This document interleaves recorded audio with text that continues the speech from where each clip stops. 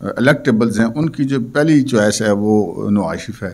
ہر ایک اس چکر میں ہے کہ کسی طریقے سے نواز شریف صاحب ایک نگاہ جو ہیں وہ ان کی طرف کر دیں تو ان کی جو سیاسی زندگی ہے وہ بن جائے. کم از کم اس الیکشن میں تو ایسی صورتحال دکھائی دے رہی ہے. اور مسلم لیگ نون ہے کہ وہ کہتی ہے جی ہمارے پاس تو سواریاں ہی فل ہیں, ہماری تو گاڑی ہی فل ہے, ہم تو نئے بندوں کو نہیں لے سکتے. آپ نے دیکھا کہ جتنے بندے پی ٹی آئی وغیرہ کو بھی چھوڑ کے جا رہے ہیں وہ زیادہ تر جو ہیں وہ استحکام پارٹی میں جا رہے ہیں, کوئی پرویز خٹک صاحب کی پارٹی میں جا رہے ہیں, کوئی گھر بیٹھ گئے ہیں. لیکن جو نواز شریف کی پارٹی ہے مسلم لیگ نون, اس کے اندر جو ہے وہ نہیں جا رہے. اچھا, لیکن اب چونکہ آگے الیکشن آ گئے ہیں تو الیکشن کے اندر جو ہے وہ آپ کو کچھ نہ کچھ فیصلے تو کرنے پڑتے ہیں. آپ نے کس کو ساتھ لینا ہے یا کس کو ساتھ نہیں لینا. آئندہ حکومت مسلم لیگ نون کی ہوگی, اس کا آپ اندازہ اس بات سے کر سکتے ہیں کہ ایم کیو ایم کے ایکٹ کو دیکھ کر. ایم کیو ایم ہمیشہ الیکشن کے بعد اطاعت کرتی ہے اور اس پارٹی کے ساتھ کرتی ہے جو جیتی بھی ہوتی ہے, جس کے ساتھ وہ حکومت میں آتے ہیں مل کر. لیکن یہ پہلا موقع ہے کہ نواز شریف صاحب پاکستان آئے اور پاکستان کے اندر جس دن انہوں نے پہلے دن سیاسی سرگرمیاں شروع کی تو سب سے پہلے ایم کیو ایم کراچی کے وفد نے لاہور پہنچ کے نواز شریف صاحب کو سلام پیش کیا, جناب اسی آ گئے ہیں ملن واسطے. تو اس سے ایک اندازہ کیا جا سکتا ہے. اگرچہ کہ اس کے بعد انہوں نے اپنی عادت کے سے مجبور ہو کے شام کو ہلکی پھلکی ہینکی پھینکی کی بات کی. ابھی سنا کل پرسوں پھر بات ہو جائے گی. اچھا, ان کو پھر اب ان کے ساتھ تو ان کے معاملات ہو گئے جی, یہ کچھ سندھ میں اتحاد کرنے جا رہے ہیں. سندھ میں جو دوسری ملاقات ہوئی ہے وہ پہلے ایک ملاقات ہوئی تھی جن میں سندھ کے صدر بشیر محمد صاحب تھے, وہ پیر صاحب پگاڑا سے ملے تھے جا کے فنکشن لیگ کے جو سربراہ ہیں. اب ایک وفد جو ہے وہ دوسرا بھی ان سے ملا ہے پیر صاحب پگاڑا سے, اور کچھ میسج وغیرہ ان کو دیا گیا ہے کہ جی ہم مسلم لیگوں کے اتحاد پر بات کرنا چاہتے ہیں. اس کے پیچھے جو مسلم لیگوں کا اتحاد ہے اس کے پیچھے ذرا چھپی ہوئی رمز سمجھیں, یہ ایک میسج ہے کہ جی آپ ضم ہو سکتے ہیں مسلم لیگ نون کے اندر.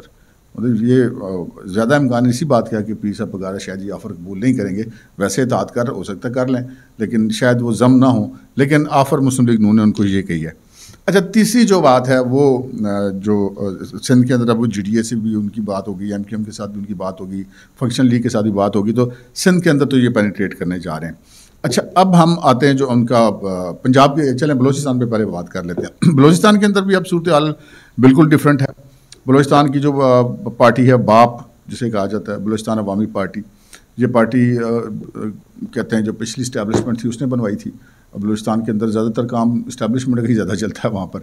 تو وہ پارٹی جو ہے وہ اب آصف علی زرداری صاحب کی کوشش تھی کہ وہ ان کے ساتھ شامل ہو جائیں. کچھ معاملات ان کے طے بھی پا گئے, ایون کہ آصف علی زرداری صاحب کے بلوچستان کے دورے کی تاریخ بھی طے پا گئی. یہ تقریباً آپ یہ سمجھیں کہ مہینہ ڈیڑھ مہینہ پہلے کی بات ہے.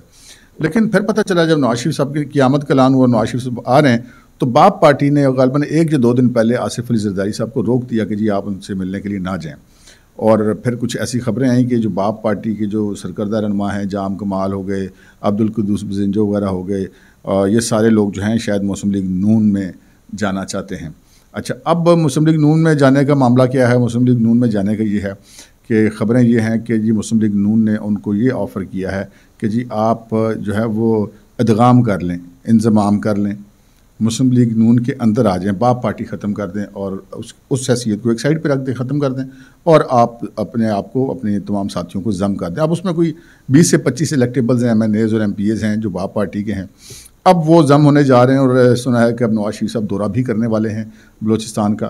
اچھا, یہ ہو سکتا ہے آپ کے پاس خبر پہلے بھی ہو, لیکن یہ جو ٹوٹل میری خبر ہوگی اس کے اندر یہ کنیکٹ ہوگی کہ ان کو کہا گیا کہ جی آپ ضم ہو جائیں, اور وہ قدوس بزنجو صاحب اور جو جام کمال ان کی آپس میں نہیں بنتی, لیکن دونوں گروپس باپ کے اپنے اپنے طور پر مسلم لیگ نون کے اندر جو ہے شمولیت کی خواہش رکھتے ہیں. اچھا, یہ معاملہ تو ہو گیا بلوچستان کا, جس سے لگتا ہے کہ اگلے الیکشن میں بلوچستان کے اندر بھی جو ہے مسلم لیگ نون کچھ نہ کچھ فائدہ ضرور اٹھا لے گی.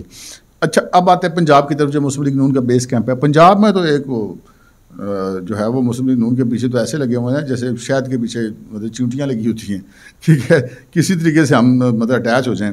اور آج ویسے کافی ایفرٹ کے بعد, یعنی کہ ایفرٹ سے مراد ہے کہ نون لیگ کی طرف سے ایفرٹ نہیں کی جا رہی تھی کہ آپ آ جائیں پارٹی کے اندر, ادھر سے ایفرٹ تھی کہ جی ہمیں لے لیں پارٹی کے اندر. تو جو جنوبی پنجاب سے کچھ 5 اراکین ہیں سابق اسمبلی جو ہیں وہ شامل ہوئے ہیں مسلم لیگ نون کے اندر. لیکن اس ساری کہانی میں جو ایک انٹرسٹنگ چیز ہے وہ یہ ہے کہ نون لیگ جو ہے وہ جنوبی پنجاب سے بھی جو لوگ شامل ہوں گے وہ بھی کسی گروپ شروپ جس طرح پہلے تھا نا کہ وہ جنوبی پنجاب محاذ اور فلانا صوبہ محاذ, اس طرح والا کوئی چکر نہیں ہوگا. جڑا آئے گا وہ مسلم لیگ نون میں ضم ہوگا. اچھا، پھر ایک اور معاملہ، اور وہ ہے سینٹرل پنجاب کا اور مسلم لیگ کاف کا، جس کے صدر سربراہ چودھری شجاعت حسین ہیں.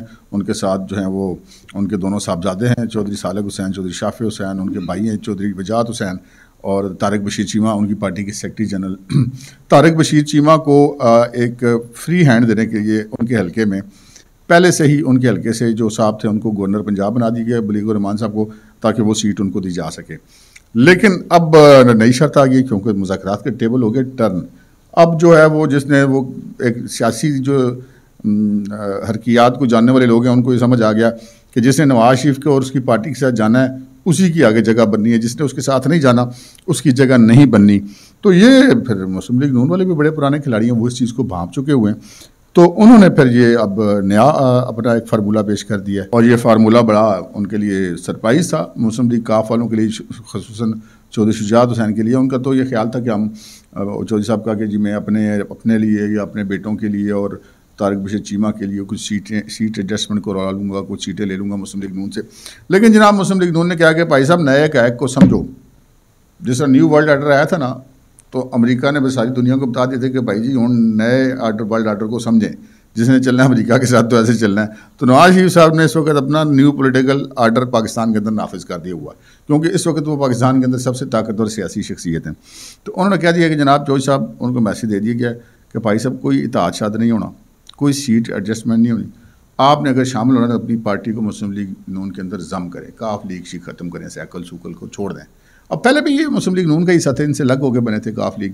چودھری پرویز الہی والا ٹکڑا تو ویسے ہی ٹوٹ کے پی ٹی آئی میں جا چکا ہوا ہے، تو وہ تو چودھری شجاعت کا مسئلہ نہیں ہے. اب وہ ان کے اپنے ایک بھائی کے اور دو صاحبزادوں کے اور ایک طارق بشیر چیمہ والا معاملہ ہے. تو وہ معاملہ جو ہے وہ اب ان کو بھی کہہ دیا گیا. سو مسلم لیگ نون نے جو ہے اب آنکھیں رکھ لی ہیں ماتھے پہ، اور انہوں نے کہا کہ جی جس نے بھی چلنا ہے اب ہمارے ٹرمز اینڈ کنڈیشن پہ ہمارے ساتھ چلے گا، ہم نے کسی اور ٹرمز اینڈ کنڈیشن پہ نہیں چلنا. آتے ہیں پیپلز پارٹی کی طرف. اب پیپلز پارٹی سارے معاملے میں کیا کر رہی ہے؟ پاکستان پیپلز پارٹی نے پہلے تو ذرا گرمی کی جناب، لاڈلا پلس اور اسٹیٹس اور یہ اور وہ سارا کام. اس کے بعد یہ سارا کام اچانک ٹھنڈا ہو گیا. ہم نے اپنے ولاگس میں آپ کو بتایا تھا کہ میسیج ان کو چلا گیا تھا کہ بھائی صاحب تھوڑے ٹھنڈے ہو جاؤ. اچھا، اب زرداری صاحب بھی بڑے سمجھدار آدمی ہیں، تو اس میں کوئی حج کی بات نہیں. اگر آصف زرداری صاحب یا بلاول زرداری صاحب یا کوئی بھی اور شخص، کوئی بھی سیاستدان، چاہے وہ ایک عام ایم این اے کی سیٹ سے آزاد ہی الیکٹ ہو گیا ہو، اگر وہ خواہش رکھتا ہے کہ وزیر اعظم بنے تو ضرور رکھنی چاہیے. ایک سیاستدان کا یہ حق ہوتا ہے. اچھا، اب وہ لازم تو خواہش مند تو ہیں، اور ہم نے آپ کو ایک خبر دی تھی، آپ کو یاد ہوگا کہ نواز شریف صاحب کو تو وزیر اعظم بنایا جا رہا ہے، لیکن اگلے صدر آصف علی زرداری ہوں گے، جبکہ زیادہ تر لوگوں کا خیال ہے کہ مولانا فضل الرحمان ہوں گے. لیکن ہم نے آپ کو بتایا تھا کہ نہیں، یہ معاملہ ہو گیا ہے. زرداری صاحب دبئی جا چکے تھے، پھر ان کو وہاں سے خصوصی ایک جہاز بھیج کے منگوایا گیا، اور ان کو بتایا گیا کہ جناب زرداری صاحب کوئی ایسا مسئلہ نہیں، ٹینشن نہ لو، تو اسی آئندہ صدر ہو. ابھی ہمیں ذرائع نے بتایا کہ جناب یہ جو کچھ بھی زرداری صاحب کی صدارت والا معاملہ ہے، یہ نواز شریف صاحب کے پریشر پر ہوا. نواز شریف صاحب جو ہیں، ٹھیک ہے الیکشن یہ پاکستان پیپلز پارٹی اور پی ایم ایل این ایک دوسرے کے خلاف لڑیں گے، لیکن سیاست میں پھر اپنا منشور بھی ہوگا، مخالفت بھی ہوگی، نعرے بازی بھی ہوگی، سارا کچھ ہوگا. لیکن الیکشن کے بعد جو ہے وہ یہ پھر مل کے چلیں گے. ممکن ہے کہ پیپلز پارٹی اپوزیشن میں ہی رہے، لیکن صدر جو ہے وہ پاکستان پیپلز پارٹی کا آ جائے گا. نواز شریف صاحب نے ریکمنڈیشن یہی کی ہے تمام اپنے جتنے ارد گرد لوگ ہیں کہ جی زرداری صاحب جو ہیں وہ صدر ہوں گے اگلے پاکستان کے، اور دیکھتے ہیں کیا بنتا ہے. اب تک کی جو صورتحال ہے ہم نے آپ کو بتا دی. تازہ ترین خبروں کے ساتھ ضرور دوبارہ حاضر ہوں گے. چلتے چلتے ایک اور خبر، جو کل رانا ثناء اللہ صاحب نے کہا تھا کہ عمران خان کو جیل میں مجھے شبہ ہے کہ دوائی مل رہی ہے، اور پرسوں انہوں نے یہ کہا تھا، تو کل رات کو انہوں نے کہہ دیا کہ نہیں جی وہ شبہ نہیں ہے، وہ مجھے کنفرم کریڈیبل سورسز سے بتا دیا کہ دوائی مل رہی ہے. اب تک کے لیے اتنا ہی، اجازت دیجیے، اللہ حافظ.